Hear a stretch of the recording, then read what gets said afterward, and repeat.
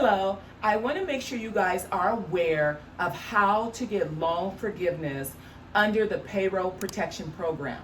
Many of you receive the PPP through the SBA. Now the SBA has come out with the ninth guideline in terms of how you can get loan forgiveness. I want to go over a few of those items. Number one, the funds that you receive have to be utilized during an 8-week time period. There are two dates that you can choose from for that 8-week time period. The date that you received your funds or the first payroll date after funding. The first payroll date after funding. So you can use two of those dates to start counting your 8 weeks. And 8 weeks are literally 56 days. The second thing I want you to know, you have to apply for forgiveness.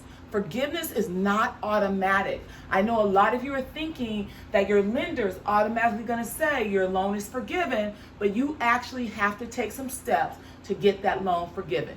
Number three, you want to make certain that 75% of the money you use went towards payroll. 75% had to go towards payroll.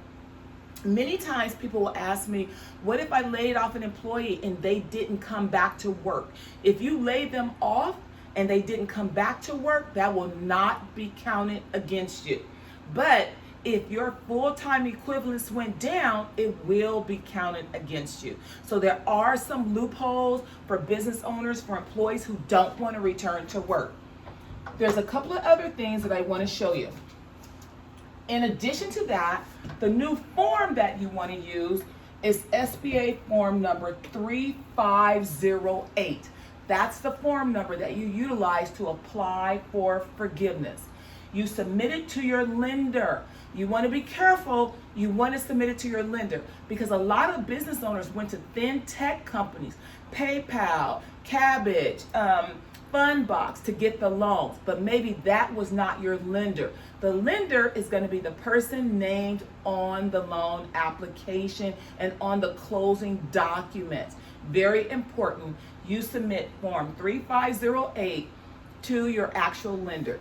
The other thing that's really important is your lender has 60 days to grant you approval for that loan to be dismissed. So you want to count those days. Don't just submit that information and not wait to see what happens. 60 days and you need to be on that lender.